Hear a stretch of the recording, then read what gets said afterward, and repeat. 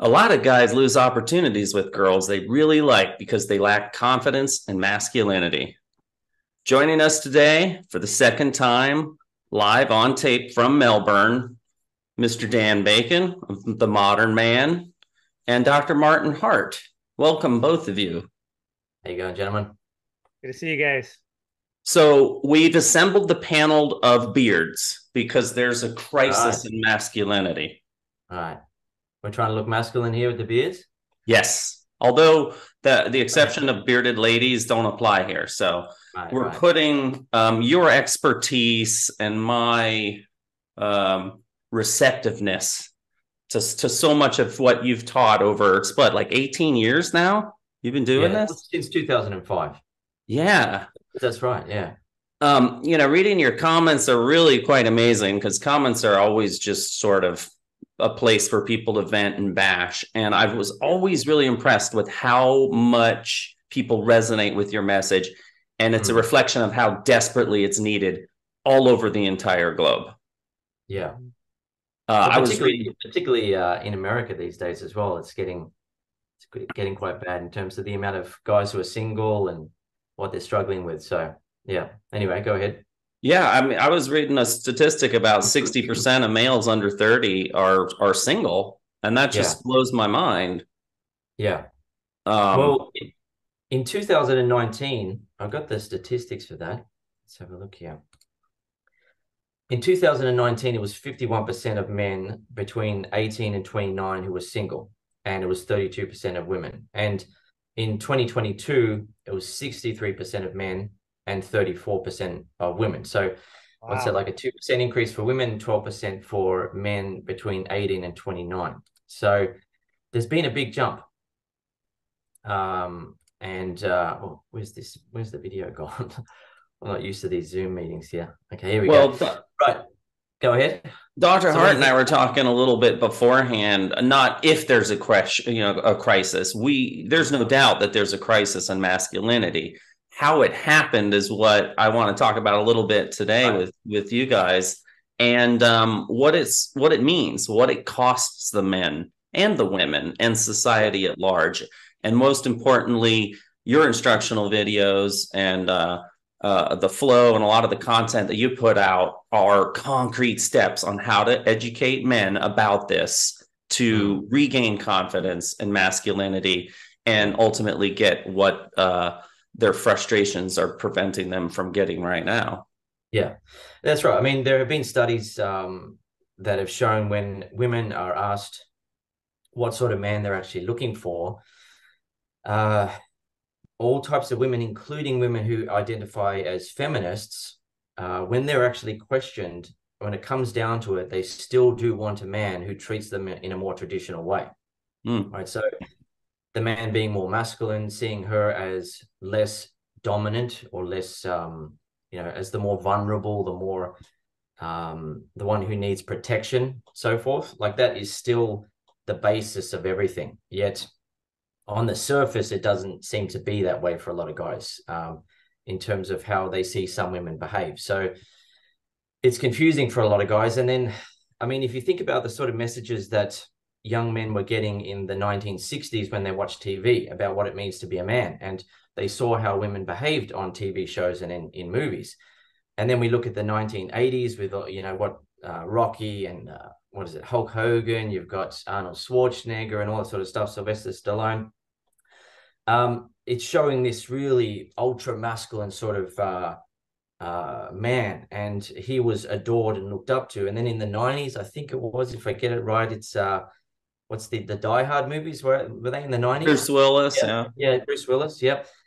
And then there's been a switch. There's been a transition away from that towards women being the leader in movies and in TV shows, where the woman is the one who saves the day, and the man is looking to her for leadership. He's looking to her for instruction and for safety and protection in many of the movies and TV shows that young men are watching. And a lot of young men don't necessarily want to admit how much they are affected by what they see on, say, Netflix or in movies or TV shows. But everything that a person sees is filtered through their consciousness, right? Their perception there, and it helps it adjusts their perception and what they think of how reality works, right? And young guys who don't really understand what women want from men are looking at these TV shows and movies and seeing the woman being the one that is deferred to, right? The guy is, following along with her and being more submissive around her. And young men can take that on and start to think that they need to behave like that around women. And the thing is, when they behave like that around women, women don't find them attractive, because that at the basis of everything, women still want a man who is someone that they can look up to, they can feel protected by, they can look to for potential leadership and direction. And a lot of guys, young guys, just struggle to provide that because of the approach that they're using with women these days. I mean, you mentioned the change in feminism and kind of the TV and movies. I think that there's a little bit more there. I've read from you about, women's lib and how there was a lot more latchkey kids, single parents, and how we kind of got here.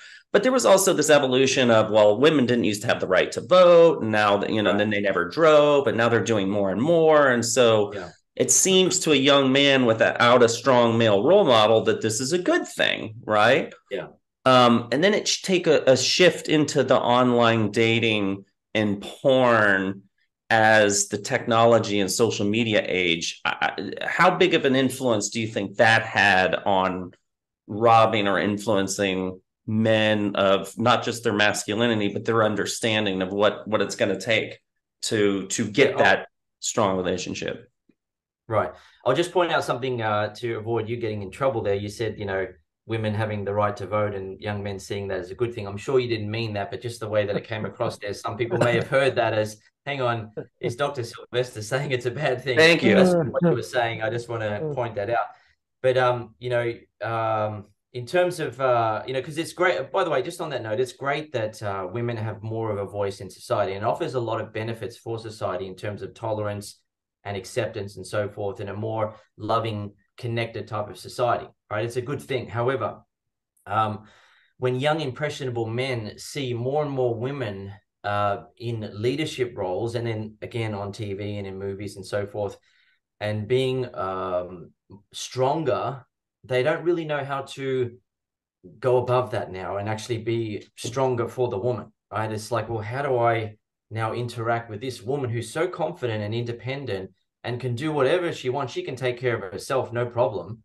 How am I going to then be someone that she feels protected by? And guys sort of feel like a deer in the headlights around women like that. And when I used to take guys out to approach women, and this was back in 2005, it was the same thing where when we met women like that, the guy would be like a deer in the headlights, where he didn't really know how to show her that he was a man that she could feel protected by. And instead, he looked to her as someone that he should be being submissive around, because she seemed to have it all together. And she seemed so confident and even potentially dominant, with her personality. So, yeah. Now, in terms of what you were saying about internet, you were saying about dating apps and porn and things like that?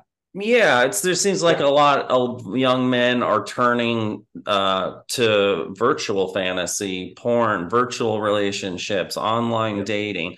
To me, that really challenges the old gritty, I have to make physical contact like we did it in the 80s, walk up and be charming and confident and all of that. It just seems like there's a lot more avenues that these men get lost in or have to ooze through, and then they're more likely to objectify a woman and put them on a pedestal rather than see them like as some, like you said, partner in a relationship that has certain roles that men feel better in masculine roles, and as we're designed, and women vice feel versa. better when they're around men who are in their masculinity and embrace their masculinity. while also being respectful towards women, right? And that's, you know, about the type of masculinity that women want versus what they call toxic masculinity, where a man is being macho and being disrespectful and aggressive towards women, right? It's not about that. Instead, it's about being that masculine man who is in control of his emotions and is not living in fear in social environments, is able to handle himself and talk to people. And she can see, the woman can see that when the man or the guy talks to other people, he's not being put down and picked on. He's not, you know, seeing himself as lower than. He is seeing himself as an equal or even above, right? And he doesn't have that sort of social fear. Whereas if a woman is standing there and she's feeling confident, she's feeling sure of herself, and she's interacting with a guy who doesn't have that, then how is she going to feel protected in social environments? But let's get back to what you were saying in terms of internet porn and dating apps. I want to point out that internet porn has been around for a long time, like what, 25 years or something like that. And I don't believe that it's the cause for single men being on the increase between the ages of 18 to 39. Sorry, 29. Because it's always been around. And dating apps have been around and active for what, 13-ish years, something like that, for quite a while. And there has been an increase since the lockdowns and all that sort of stuff, but it's not as much of an increase as to cause such such a big change in the amount of single men. It definitely has added to it, because when you look into the statistics of who actually uses dating apps, it's mostly between the ages of 18 and 29. And when with dating apps, women have way more success on dating apps than men, because most men, when they get on dating apps, they just swipe on everything, hoping to get a match so they can feel good about themselves. And because a lot of men would be willing to catch up with the woman, or even have sex once or twice or something like that, just so they can get some, quote unquote action. And that's how a lot of men use dating apps. Whereas women have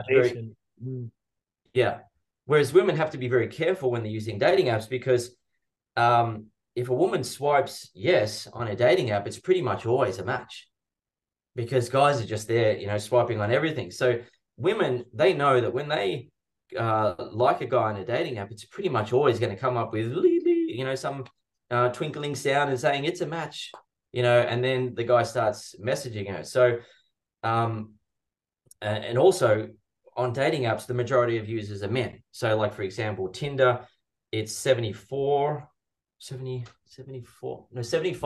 men, 24% women, and 1% other. So, men, it's just flooded with men in a queue lining up to get a chance with a woman. And she's like, if she swipes, she's got thousands of men in the queue waiting to get a date with her. And guys are there, boosting up their profile, trying to get great photos. And, they swipe on all these girls and they're not getting any results. And they're thinking, well, what's going on? I'm not attractive. Yet what's actually happening is that there's hardly any women on there. And, a lot of women also have admitted in studies that they use dating apps just for a confidence boost. They don't actually follow through and go on dates, right? So they're getting all these matches and they feel good, but then they're dating in the real world, right? So, but young guys who don't know those sort of statistics take it personally, right? They like, look at my photos. I've got a great photo of me. I had it professionally taken. I'm here, photos with some friends. I look like I'm a confident social guy. People tell me I look good, but no girls are matching with me on a dating app. Dating stuff these days, it's all too hard these days. Women just want rich guys or something. That's why I can't get results. Yet the reason why he's not getting results is that he's competing with thousands of other men. Whereas if he actually walked up to a woman in person and said, hey, it's just him and her. Right? So and if he knows how to attract her and get her phone number, he's got a number there. Yeah, that's my point exactly with the internet. So that increase, you're right, it doesn't fit. It doesn't fit the internet. But let's go back before the internet, since some of us remember that, and the good old days of having to walk up in the mall or whatever and approach a girl. That was a little bit of an art. And I think because of the social media, that's an ingredient that's chipped away at that ability to build that skill. The other thing is, if you lived in a little rural town, you really chose between the people who lived in the area or you went to high school with. Now these women have access to men worldwide. You got people flying over to Dubai, to spend a weekend with a high value man. That wouldn't have happened in the 60s or the 80s. Yeah. Right. So that's right. Yeah. It's changed the game, right? It has, but it's still such a minute percentage. Like if you look at the actual, because like, for example, I was watching a video on YouTube the other day just to see sort of what men who are angry are complaining about. And there was a guy on there, I don't remember the name of his channel, but even if I did, I wouldn't mention it because he's angry at women and dating and so forth. And I wouldn't want guys getting influenced by that. But he's sitting there with his headphones on. He's playing all these clips from TikTok of women being interviewed and saying, they're being interviewed saying, how tall does a guy have to be? And of course, they say 6 foot and above. What does a guy need to have? And women are saying he needs to be a millionaire and so forth. Yet, when you actually look at the statistics in capital cities around the world, including American capital cities, it's usually from 1% to 5% of the adult population are millionaires. And most of those are men who are already married with children. They've settled down. And the average age of a millionaire is 55 and above. And 1.1% of the adult population of the world are millionaires.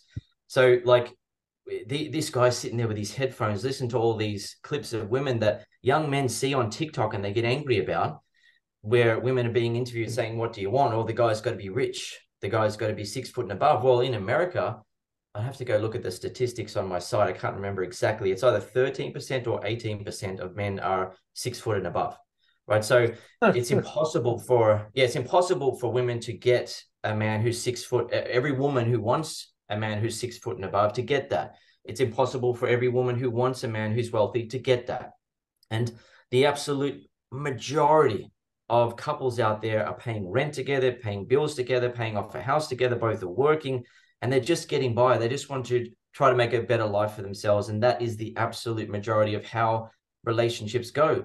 And what young men often see on TikTok and so forth, they see these interviews, they see these angry guys complaining about women, saying that, all women want these days are the rich guys and the tall guys. And, even with what you're mentioning there, there's, a woman flying over from Dubai or to Dubai. I can't, were you saying to Dubai? Yeah, to Dubai. That does happen. But it's a minority. It's an exception. It's not the rule, right? And a lot of young men, they hear those sorts of things. They see that happening and they say, see, I can't get a girlfriend because they're all flying over to Dubai. They're going to London to meet these rich guys there. That's what's happening. And there's like, that's why I can't get a girlfriend. No. The reason why you can't get a girlfriend, in most cases, the guy's using dating apps. He's competing with thousands of guys. So he's not even getting seen. Right. And then he doesn't go and talk to women in person, or if he does talk to women in person, he doesn't even know how to attract them. He just says, has a nice, pleasant conversation with her, which is not attracting women. That's just getting along with a woman. That's not how you develop the spark. That's for sure. Yeah, that's right. That's right. I mean, Dr. Hart, do you think a lot of those resentments and the changing of the landscape are responsible for the increased insecurity, anxiety, anger, resentment? We see a lot more of these school shootings. I don't know if anyone shoots anyone in Australia, Dan, but they took away we all shoot each other here. Yeah. It's understandable. I mean, yeah. I mean, if there's guns, that's going to happen at a small percentage. It's going to happen. And, it would happen here in Australia if there were people were that armed, and of course, but it's a toxic mess when they feel jilted by society and ignored by women, and no matter what they do, they can't seem to get I know it doesn't make meaningful sense. relationships. It's never made sense to me why they would go shoot children of all people. I mean, go and shooting children. That's just ridiculous. It doesn't make any sense. But I mean, we'll go over to Dr. Hart. What were you going to say on the topic? Well, it's just I think it's kind of like I think your point a little bit, Dan, was even the idea of like some of the dating app stuff or some of the porn maybe is not so much a cause, but maybe really even a symptom, right? So like some of the school shooting aspects is a symptom of how are we raising young men is kind of what you're saying. But I really like kind of along the same lines of, but what I hear you saying to some degree is like with the way the culture's gone, women's lib and things like that, men have had to level up, right? We have to Yeah, level up the way we show up, our masculinity, the way we're showing up for women, and we've opted out instead.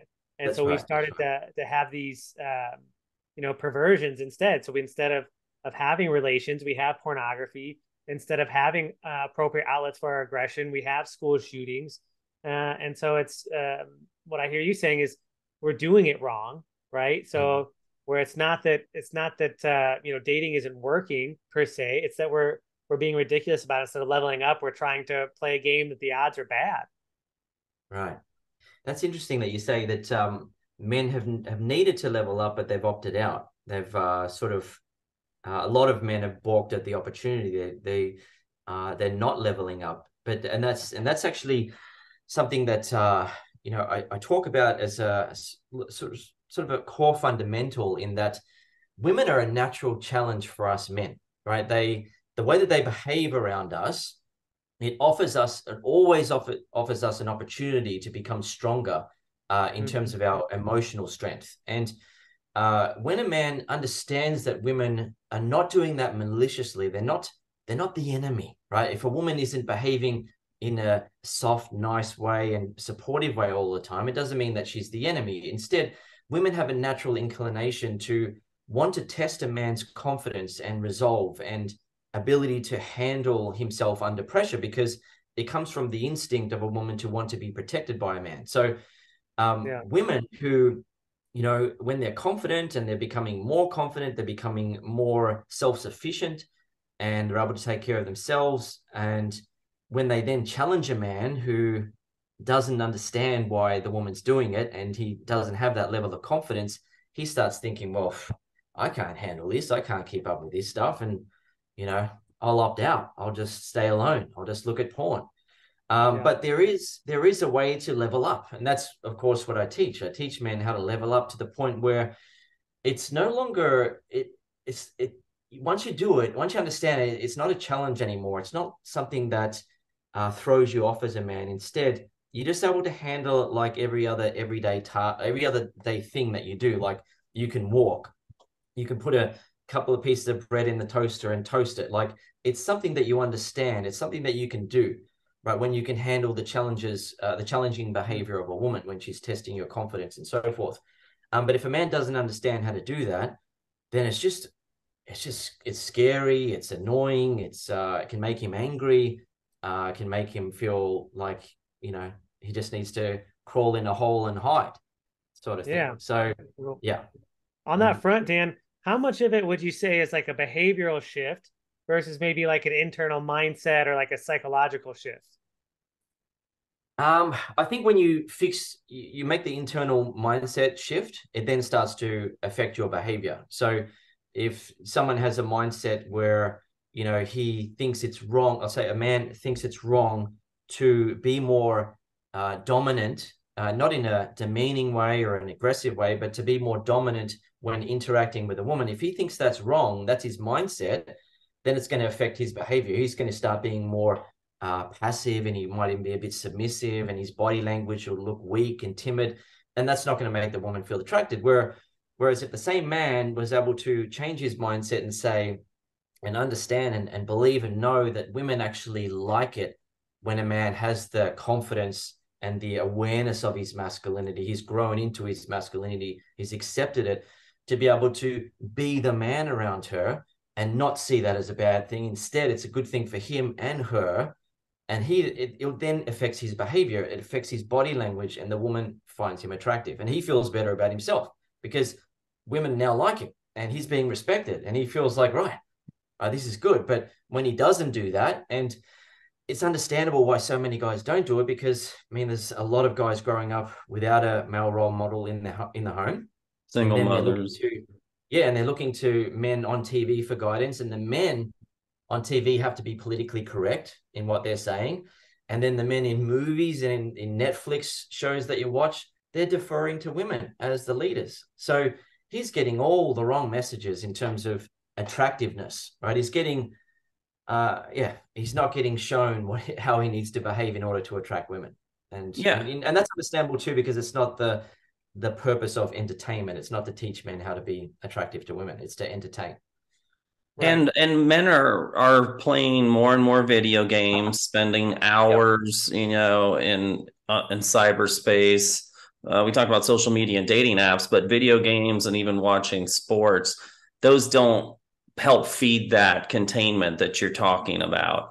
Containment?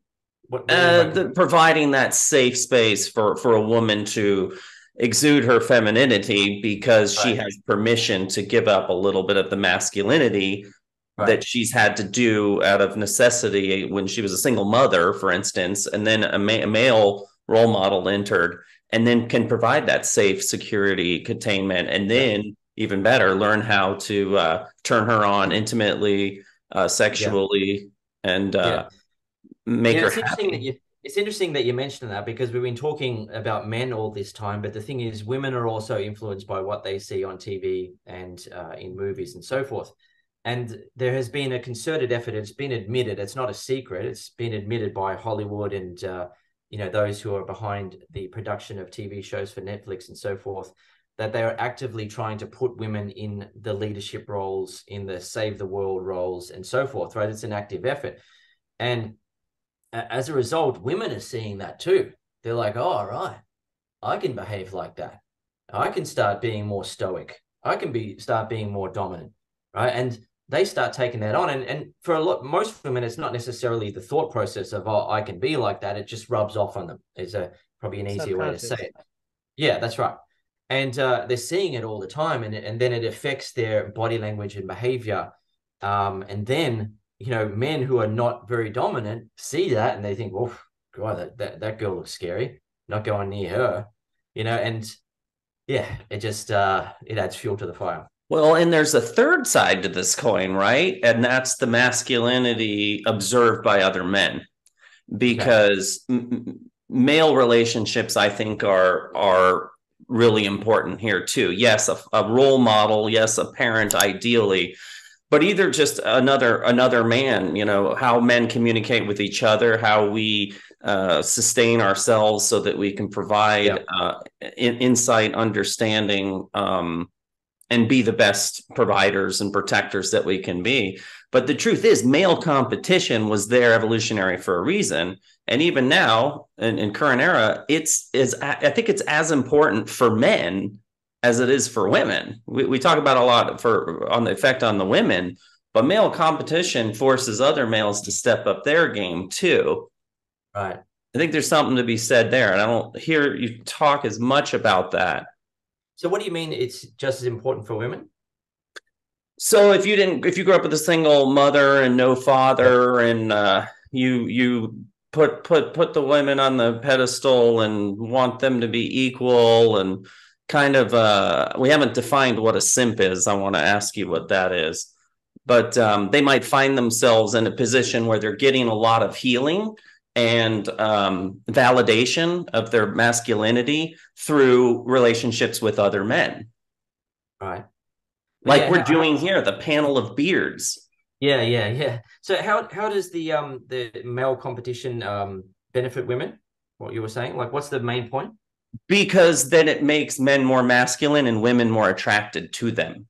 Right. Okay. And it decreases the number of whatever a simp is. Is that an Australian word? No, definitely not. And it's not actually a term that I've ever used in any video or article. I tend to stay away from those terms because they tend to be trends, just like a new fad, and then it goes away. Sort of like the pickup artist era. I never was a part of that, even though I started coaching around that time. I never identified as that. I was just a normal guy teaching guys how to naturally attract women, just doing things naturally. But in terms of a simp, it's basically a guy that does whatever a woman wants. He's pandering to her. He is not dominant. She basically runs the show. However, that has always been the case with a lot of men out there, right? It's not a new thing. It's not a new thing. There were always guys who were what used to be called a pushover, or whatever other term was being used. But there have always been men in relationships with women who are being walked all over, right? And who don't know how to step up and be a more masculine man for their woman. That's always been the case. However, arguably that's increasing, right? That's what we've been saying.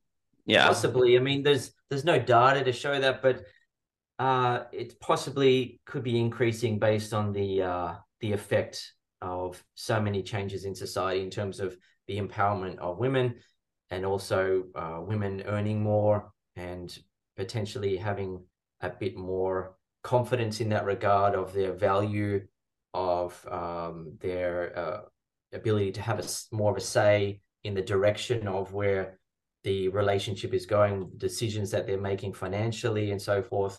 That can have an effect there, but there's no data to show that it's increasing. There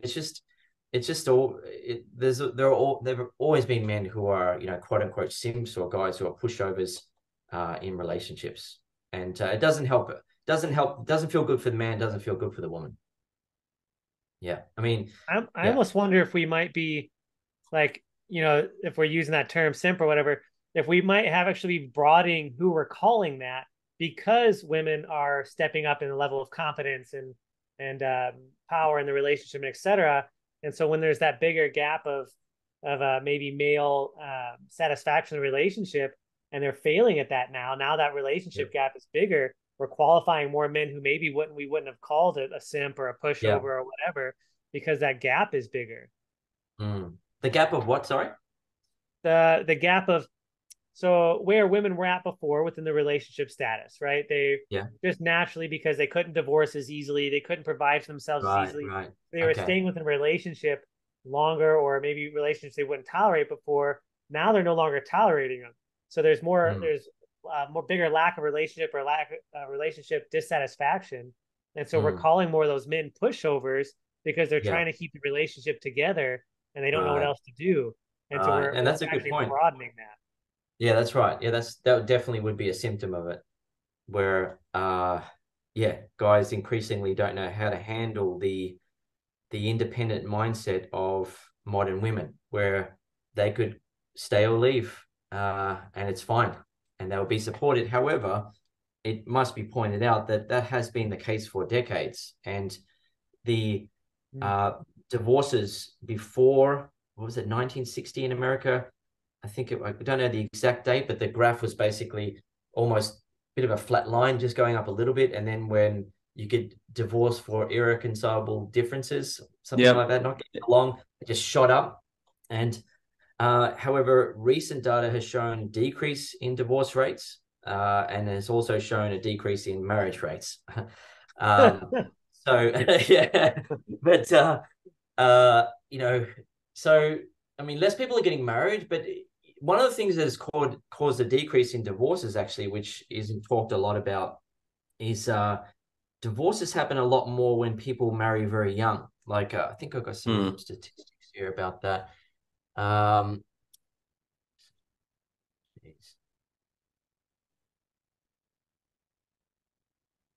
Sorry, guys, just trying to find this here. Okay.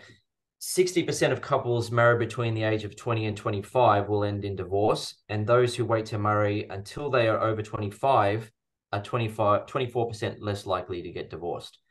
That's a big number. Yeah. So let's see. Estimated. Okay. So yeah, basically the younger, if you marry when you're younger than 20, and this is looking at 1995 and then 10 years later, so 2006 to 2010, like if you married when you're under 20, you'll get divorced.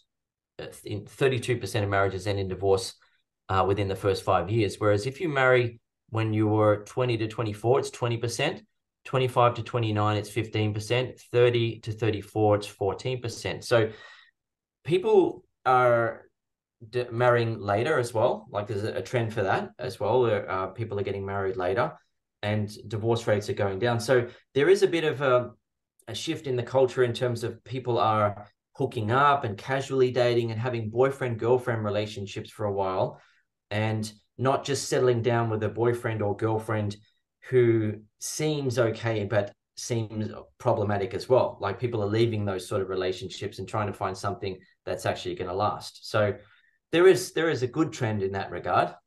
But yeah, in terms of the young guys, you want to talk about the young guys again being the increase in single rates, or you want to go on another topic now? I'm kind of interested, another factor I think that's relevant, and it might not be as big as it might initially come across, but I think it's worth mentioning because it's an ingredient in this crisis of masculinity, is the presence of PCBs and forever chemicals and endocrine disruptors, and it's causing a progressive decline in testosterone levels in young men.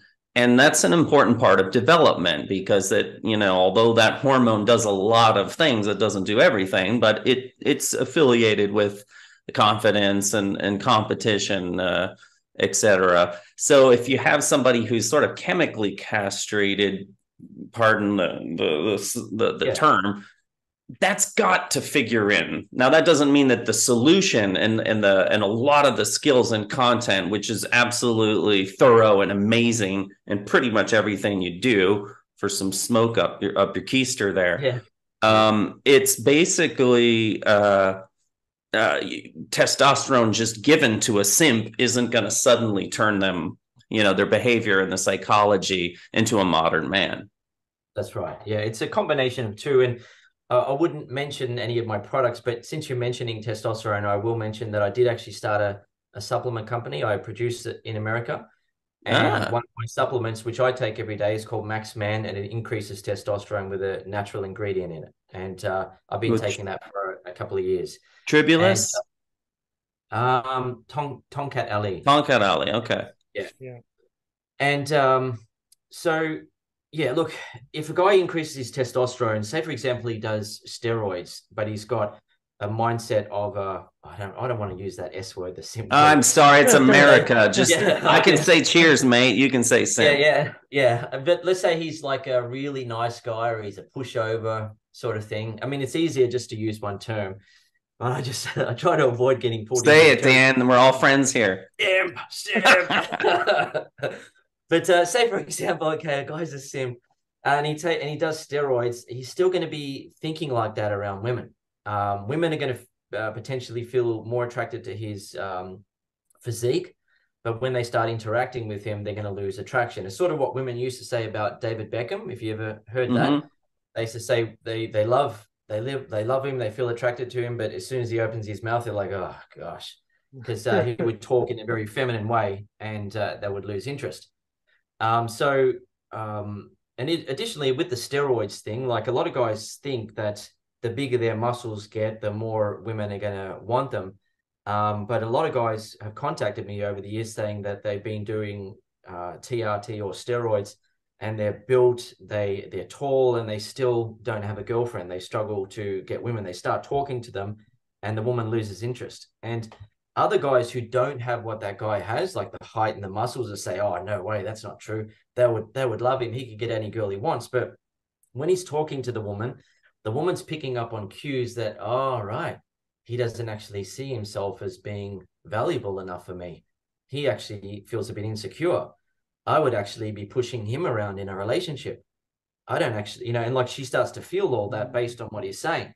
And he's trying to show off to her, talking about his achievements and things. And then, those sorts of things just kill the woman's attraction, because at the end of the day, the base fundamentals, she's looking for a man who is confident in himself and isn't trying to pander to her and suck up to her to hopefully get a chance. She wants a good guy who is confident, who's going to treat her respectfully, but at the same time, he's going to respect himself as well, right? And he's going to maintain his masculine position in the interaction and in the relationship. And that's very difficult for a lot of guys to do, especially young guys, based on what they've seen in the media and what they hear when they're flicking through TikTok videos and so forth. It influences them, and they think that it's wrong to be manly. You're toxic. You're the problem. If you're wanting to be dominant and so forth. Like, if you type in Google what is toxic masculinity or toxic masculinity examples, it comes up with stoic is toxic.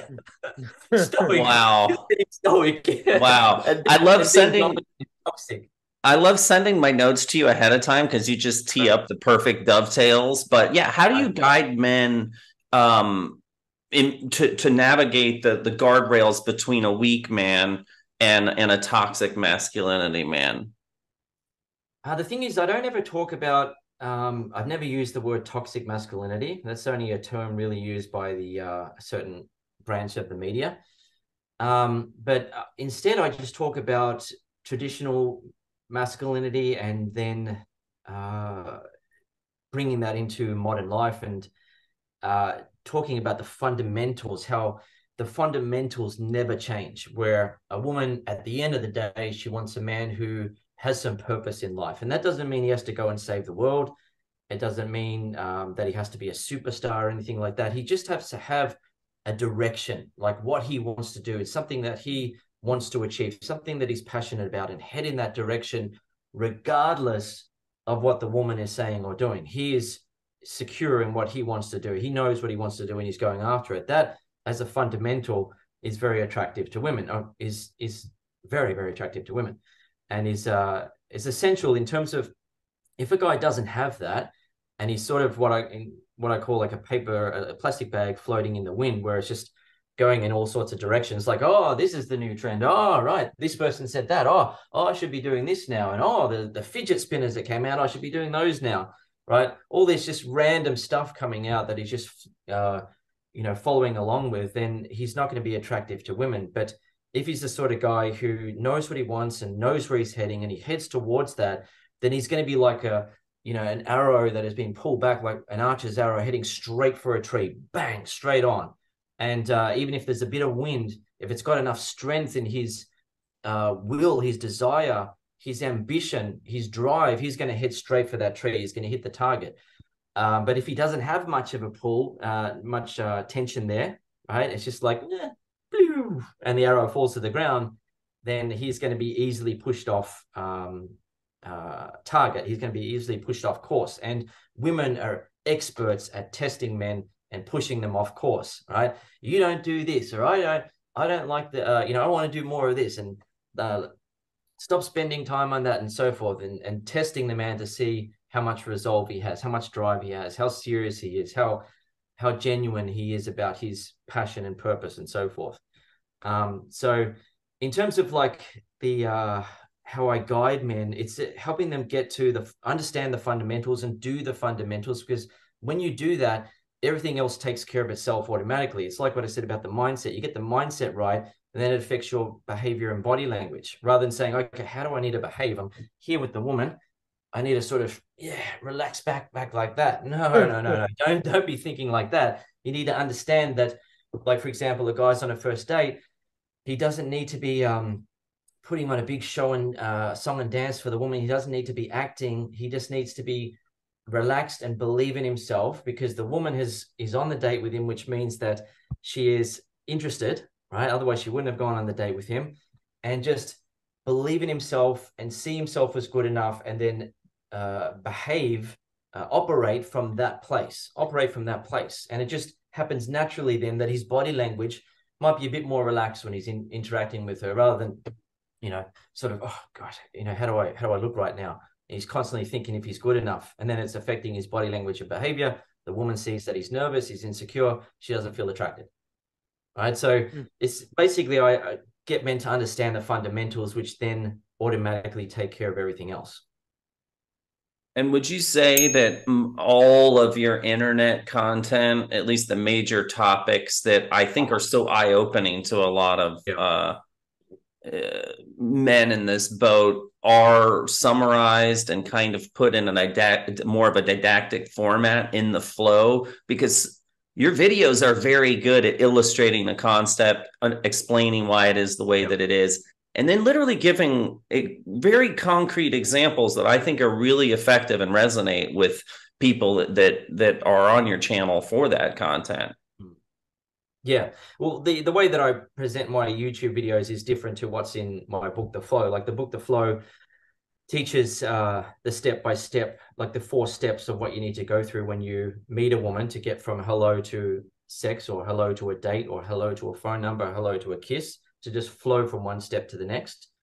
Whereas what I talk about on YouTube, I talk about, I give different examples that I haven't included in my book. I keep that separate, but additional examples of what to say, I teach, what makes women feel attracted, and give examples of how to do that, mistakes that guys make and so forth. Just trying to help guys under whatever topic I talk about in the video, just to help the guy understand. My main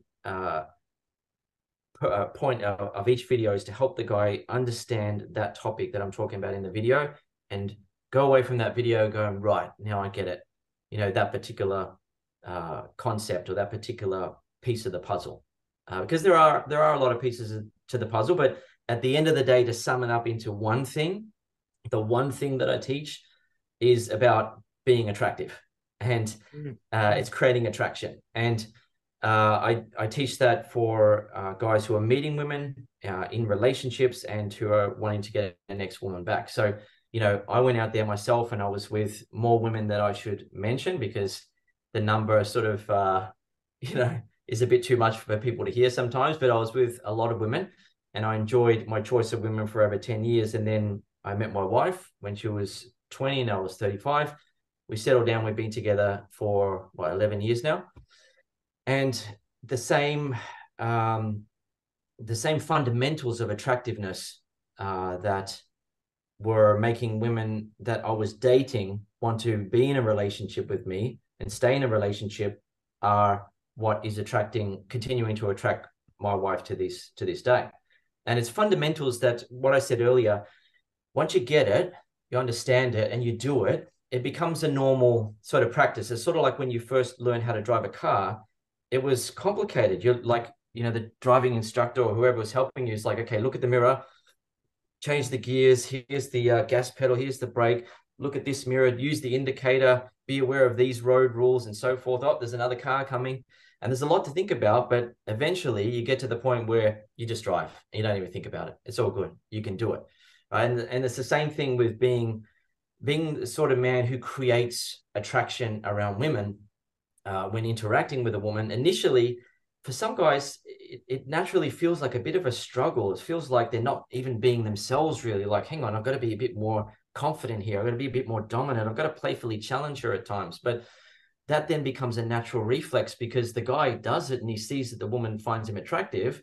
And it's sort of like, when you're driving the car, it's like you turn the wheel and the car turns. Right, I should turn then.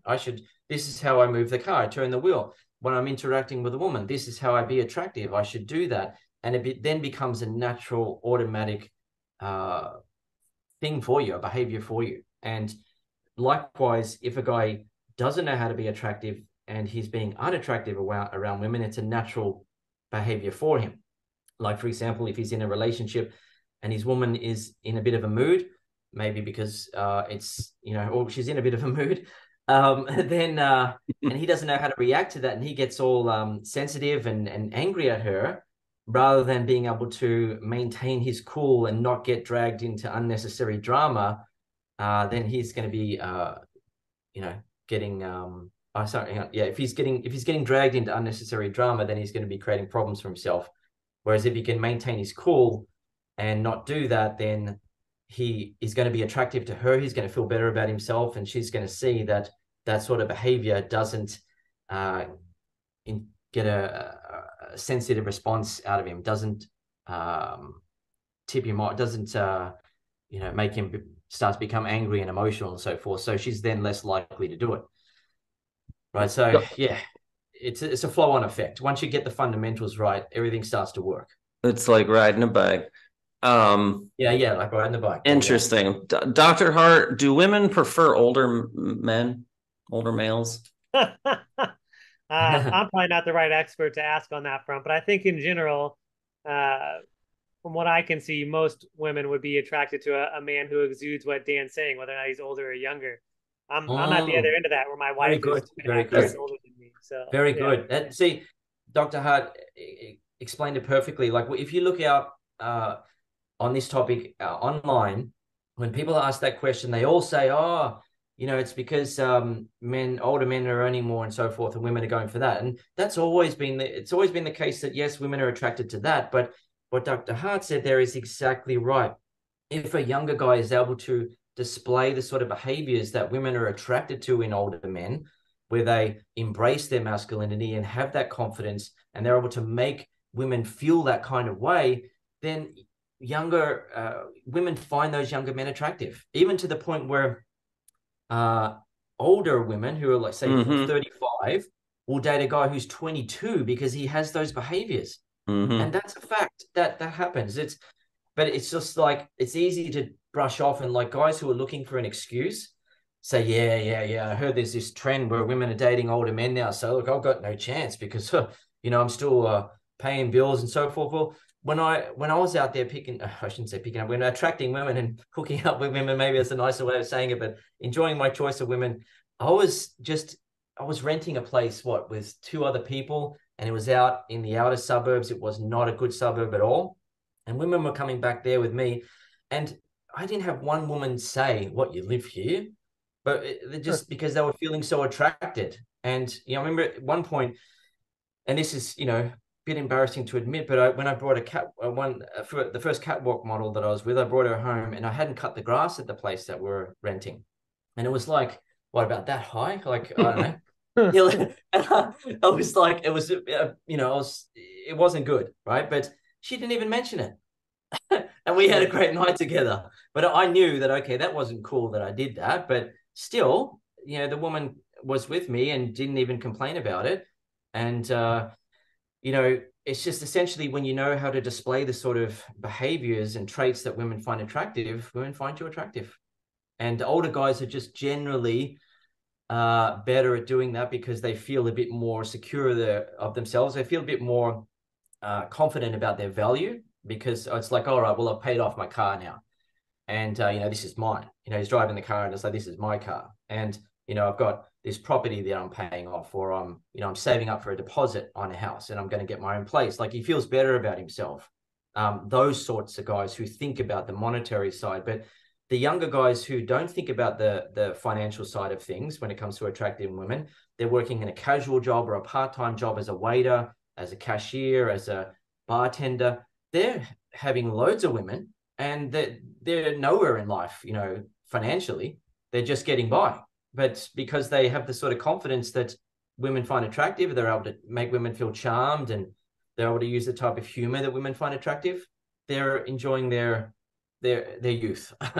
And their lifestyle. I mean, women prefer or seek lifestyle more than they do bank balances. I think that's, like you said, a lot of men get easily turned off. Well, I'm not a prince in Dubai, and I can't compete against all these algorithms. Yeah.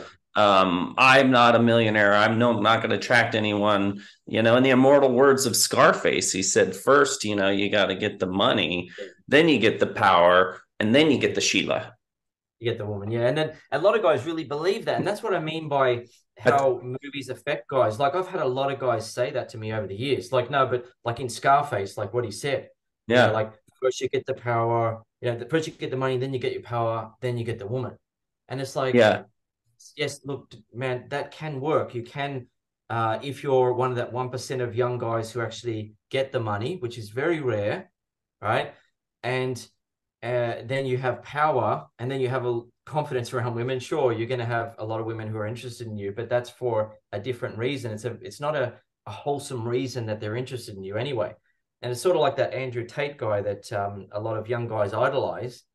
I don't have too much to say about Andrew Tate. I don't want to get too much into him, but essentially his message to men is, look at me. I'm a champion kickboxer. I'm wealthy. I fly around in a private jet. I don't have to chase women, right? Guys, don't chase women. Just build up your success, become successful, and then women will chase you. It's like, dude, you know how many men are going to get to that point where he's at? To be like a multi-millionaire flying around in a jet and being like a tough guy like him. It's basically, what, 0.01% of young guys who would ever achieve that. But young guys see that and they think, right, he's got all these girls around him and he doesn't have to chase. I've got to try. And like so many guys have left comments saying, I've got to, build up my career and become rich. And then, then I'll get somewhere with women. And it's like, and I have to remind guys so many times that, look, guys who are working at McDonald's, guys who are working as a bartender, guys who are working low-level office jobs, they have girlfriends. And often the girlfriends are pretty. They settle down. They save up together for a deposit on a house. And prior to that, they're paying rent together.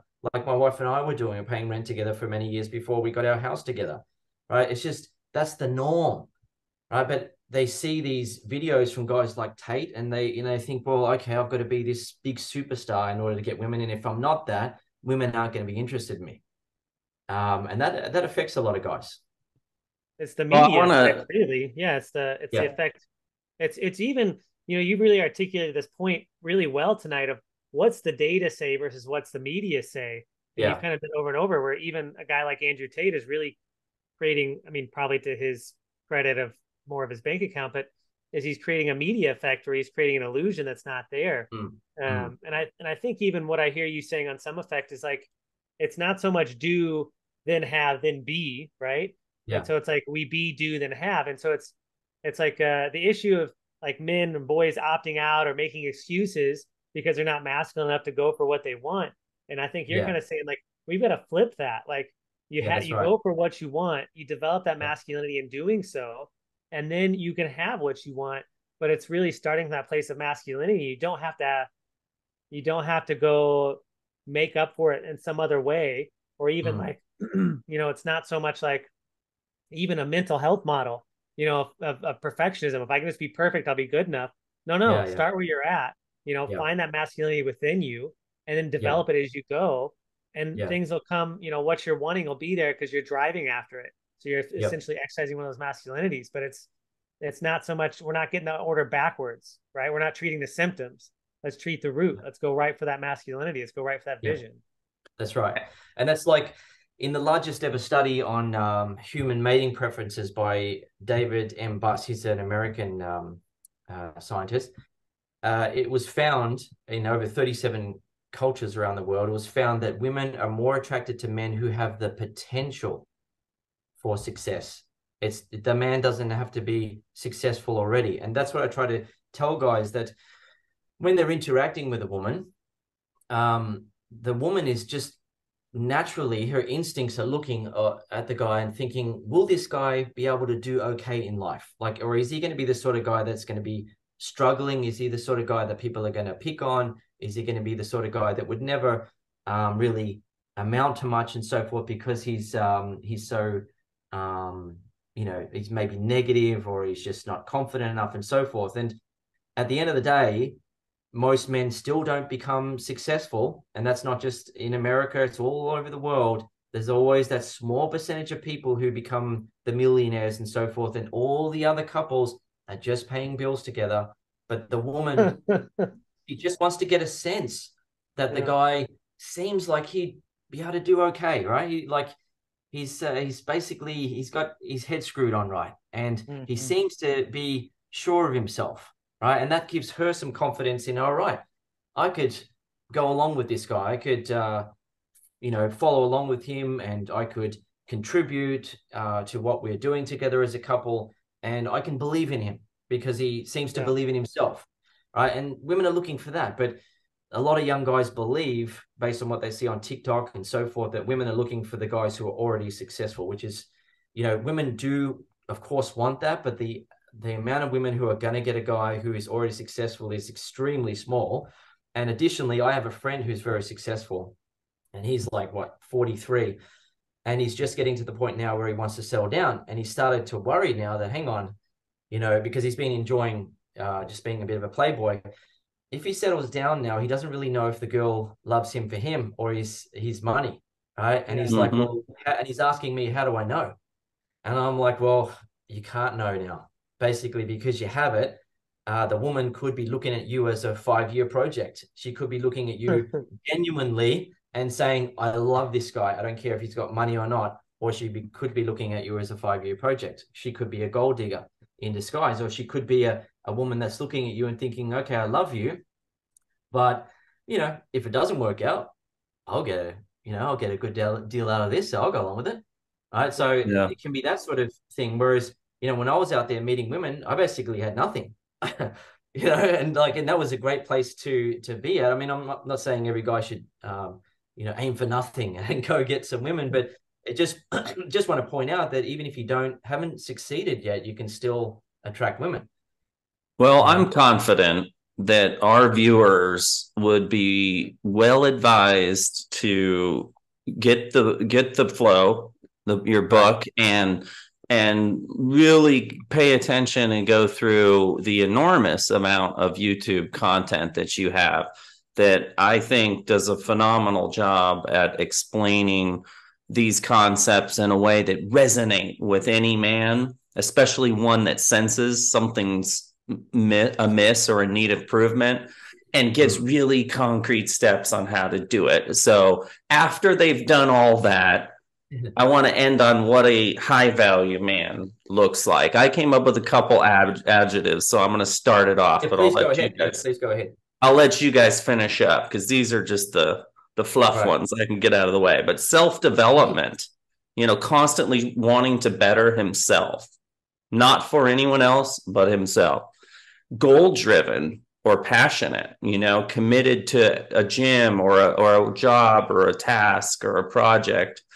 Committed to a marriage, committed to being a father. Self-discipline, confidence, we've talked about. We talked a little bit about containment, and then enjoying that role as a provider and a protector. I mean, it's in our nature to provide that for our family. Yeah, it's interesting that you mentioned all that. I'd like to hear from Dr. Hart first before I say anything, but it's interesting that you mentioned all that, because you're talking about more wholesome qualities there, whereas when a lot of guys talk about the high value man on the internet, they're talking about money, and that's it, like being rich and successful. So yeah, Dr. Hart, what do you think, high value man? Yeah, I think one big one I would add is grounded. He's stable. Okay. He's not, you kind of mentioned stoic, and we misconstrue a lot of stoicism nowadays, but really a true stoic in the philosophical sense is he's pretty even keeled. He's stable, he's grounded, and he's centered. And I think that would be my addition. Wow. It's so interesting to hear that you say these sort of things, because that is what women see as a high value man, who, regardless of the guy's success in life, right? And that's what a lot of guys miss. Like when a man is able to have that groundedness and be around a woman, and the woman can see that he's not a guy that's wishy-washy. He's not a guy that's sort of overly nervous or frantic or confused or unsure of who he is and so forth. He's that grounded, centered, strong man, and women see that as high value. It's very difficult to find. But when guys are complaining about women on the internet, they always talk about high value man in terms of you've got to be look like a male model, have the perfect physique, and be a millionaire, and be able to fly her around in private jets. And we've smashed that myth. Yeah, I mean, and that's the thing. Like, it's so damaging to the young guys when they hear that, because it's not only is it so hard to achieve, right, to get to that point, and 99% of men, or maybe depending on the capital city, 95 to 99% of men never get there, and they're just living a normal type of life. Not only is it so difficult, but it's so far out of the young guy's reach. Like, it takes so long to get to that point. And he's thinking, right, I need to do all these things first before women will like me. And like a lot of those guys, they have the blinders on when they see other guys that are their age that have a pretty girlfriend. They think, oh, well, he must be famous or something like that. His parents must be rich or something. Or he just doesn't even look at it. He just blocks it out. Like, no. The reality is I've got to be super successful first, and then I'm going to be a high value man. But women see high value in terms of the man's qualities as what men were talking about there. And it's the wholesome qualities that a lot of guys struggle to display when they're younger, but guys who are older tend to get better at displaying, and therefore they tend to be more attractive to women. Well, I'm so grateful for both of you, and admire both of you and your wisdom that you provide. This was a great topic. We had to bring you in as the expert, because I know of no one higher to disseminate this much needed information. I feel like we're jumping, hey, we got a crisis here, in a clear, concise, and instructive way. I mean, you truly have honed your craft. Anyone would be remiss not to go to your website to read your book. It's an audio book too, The Flow, and we're going to put links down in the description section of not just Modern Man, but if you want the products, send them to me too. We'll do that all. Right. Oh, good. Well, great talking to you guys. It's been an interesting Thanks, chat. And hopefully some men out there are going to benefit from this because, yeah, as you said, it's a much needed message. There's a lot of confusion out there. All right. Well, thank you again, both of you, and we'll see you next time. All right. Have a great night, guys. Catch up.